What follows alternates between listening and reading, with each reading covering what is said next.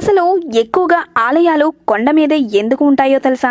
దేవుళ్ళలో తేడా ఏమీ ఉండదు. ఎక్కడున్నా దేవుడు దేవుడే. నేల మీద ఉన్న కొండపై ఉన్న భగవంతుడు అందరినీ సమదృష్టితో చూస్తాడు, కరుణ కటాక్షాలను అందిస్తాడు.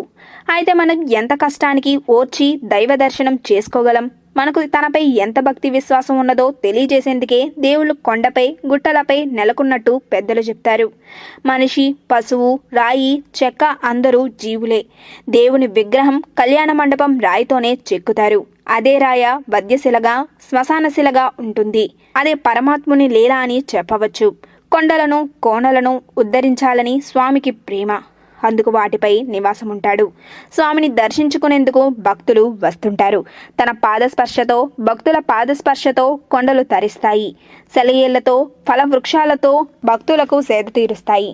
దీనికోసమే ఋషులు కొండలుగా పుట్టారని కోరుకుంటారు. భద్రగిరి, యాదగిరి, వేదగిరి వీరంతా ఋషులే. తపస్సు చేసి తమపై కొండలవ్వాలని కోరుకుని మరి స్వామిని పిలుచుకున్నారు. పరోపకార పారాయణులు ముగ్గురే పర్వతాలు, నదులు, వృక్షాలు అంటారు మహాకవి వాల్మీకి.